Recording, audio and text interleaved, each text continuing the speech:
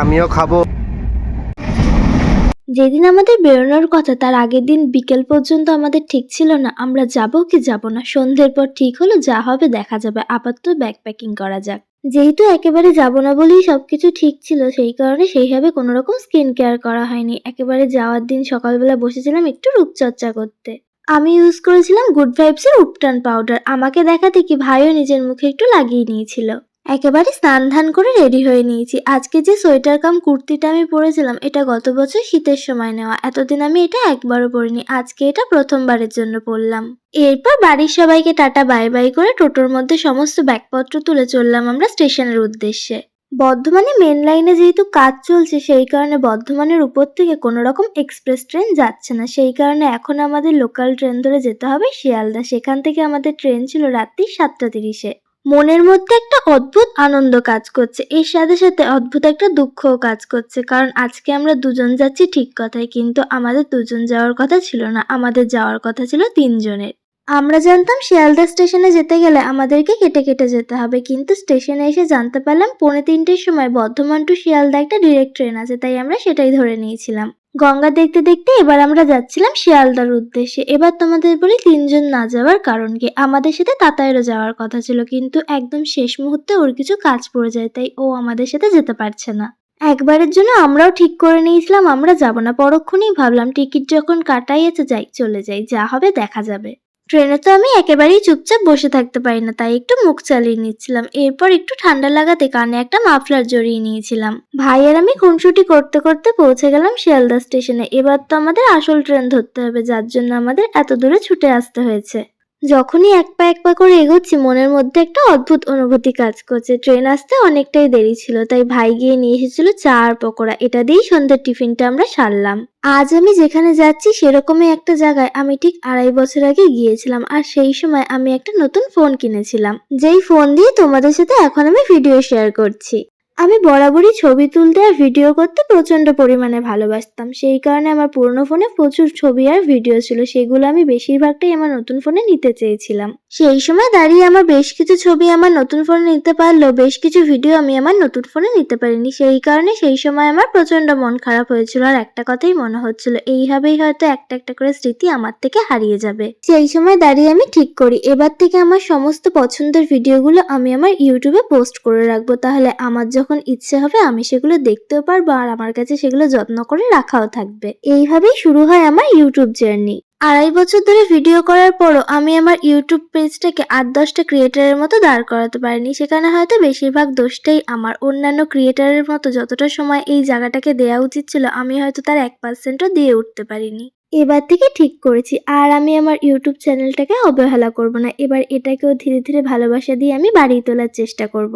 ব্যাগপত্র নিয়ে আমরা ট্রেনে উঠে গিয়েছিলাম। 7:30-এ ট্রেন ছেড়ে দিয়েছিল শিয়ালদা স্টেশন থেকে। মা বাড়ি থেকে চাউমিন বানিয়ে দিয়েছিল, সেটাই ট্রেনে উঠে আমি আর ভাই খেয়ে নিচ্ছিলাম। ট্রেনে করে কোথাও গেলে আমার একেবারেই ঘুম আসে না, সবাই সঙ্গে থাকলে যাও ঘুম আসে, একা একা থাকলে তো সেই ঘুমটা আসেই না, তাই আমি গোটা রাতটা বলতে গেলে জেগে জেগেই কাটিয়েছি। অনেকটাই রাত হয়ে গিয়েছিল, হঠাৎ দেখলাম পায়ের কাছে এক কাকু চুপ করে এসে দাঁড়িয়ে আছে। কেন দাঁড়িয়ে আছে জিজ্ঞেস করাতেই উনি তড়িঘড়ি পালিয়ে গিয়েছিল। কেন দাঁড়িয়েছিল সেটা আমার কাছে এখনো প্রশ্ন। চাউমিন খাওয়ার পর সেইভাবে আর কিছু খাওয়া হয়নি, তাই মাঝরাতে আমার প্রচন্ড পরিমাণে খিদে পেয়ে গিয়েছিল, তাই ব্যাগ থেকে একটা জিমজামের প্যাকেট বার করে আমি খেতে বসেছিলাম।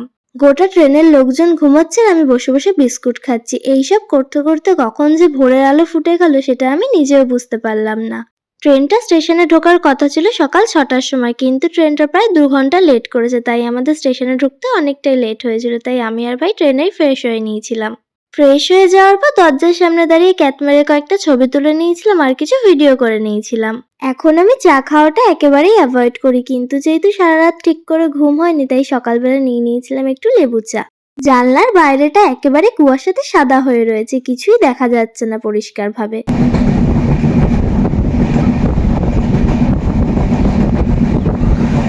ট্রেন থেকে নেমে গুটি গুটি পায়ে আমরা বেরিয়ে চলে এলাম স্টেশনের বাইরে।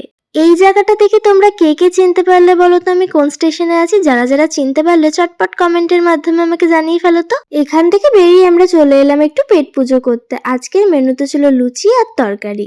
আমরা এই মুহূর্তে রয়েছি নিউ জলপাইগুড়ি স্টেশনে। স্টেশন থেকে বেরোনোর পর পাহাড়ে ওঠার জন্য তোমরা অনেক রকমের অপশন পেয়ে যাবে। বাস, ট্যাক্সি, শেয়ারেবল ট্যাক্সি সব রকমের অপশন আছে। পাহাড়ে ওঠার জন্য তোমরা যদি পার্সোনাল 4 হুইলার বুক করতে চাও তাহলে তার স্টার্টিং প্রাইস 3,500 টাকা, আর তোমরা যদি শেয়ারেবল ট্যাক্সি নাও তাহলে তার স্টার্টিং প্রাইস 300 টাকা থেকে। স্টেশন থেকে বেরিয়ে কিছুটা এগোনো মাত্রই আমাদের চোখে পড়লো সাদা পাহাড়ের চূড়া, যেটাকে দূর থেকে দেখলেই বোঝা যাচ্ছে কাঞ্চনজঙ্ঘা মাথা তুলে দাঁড়িয়ে আছে আমাদের অপেক্ষায়। সারা রাত ঠিকঠাক ঘুম না হওয়ার পরও আজকে চোখে মুখে এতটুকু ক্লান্তি নেই। মনের মধ্যে একটা অদ্ভুত অনুভূতি কাজ করছে, যেটা ভাষায় প্রকাশ করার মতো নয়।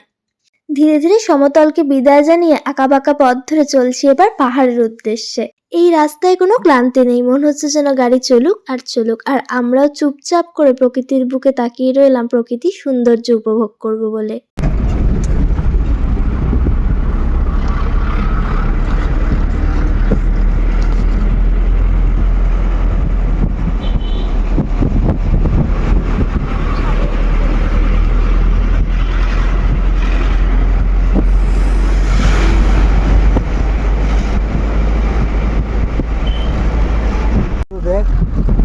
এরপর আমাদের গাড়িটা দাঁড়ালো পাহাড়ের কোলে থাকা সুন্দর একটা ছোট্ট হোটেলে, যেখানে এসে ভাই নিয়েছিল একটা চিকেন থালি আর আমি নিয়েছিলাম 1 প্লেট মোমো। কারণ পাহাড়ে এসছি আর মোমো খাবো না সেটা আবার হয় নাকি।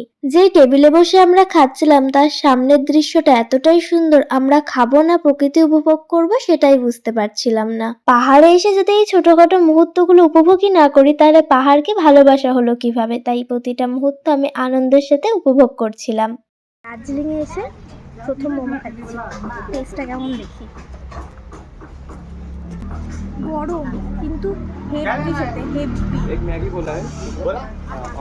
এরপর গাড়ি কিছুটা এগোতেই চোখে পড়লো সেই ছোটবেলার ভূগোল বইতে দেখা টয় ট্রেন। এর সাথেই কিছুক্ষণের মধ্যেই চোখে পড়লো ছোট্ট পাড়া একটা ঝর্ণা। এরপর কালিম্পং শহরকে পেছনে ফেলে দিয়ে আমরা এগিয়ে চললাম আমাদের আসল গন্তব্যস্থলে। মেঘগুলো এমন ভাবে উড়ে বেড়াচ্ছে যেন মনে হচ্ছে কেউ আশেপাশে উনুন জ্বালিয়ে দিয়েছে। টয় ট্রেন আর পাহাড়ের আঁকাবাঁকা পথ দেখতে দেখতে আমি পৌঁছে গিয়েছিলাম দার্জিলিং, দ্য কুইন অফ হিলে। এবার থেকে তোমাদের জন্য আসতে চলেছে দার্জিলিং এর খুব সুন্দর সুন্দর ভিডিও দেখার জন্য চ্যানেলটিকে সাবস্ক্রাইব করে পাশে থেকো। আজকের ভিডিওটা এখানেই শেষ করলাম, নতুন ভিডিও আসছে খুব তাড়াতাড়ি, ততক্ষণের জন্য টাটা বাই বাই।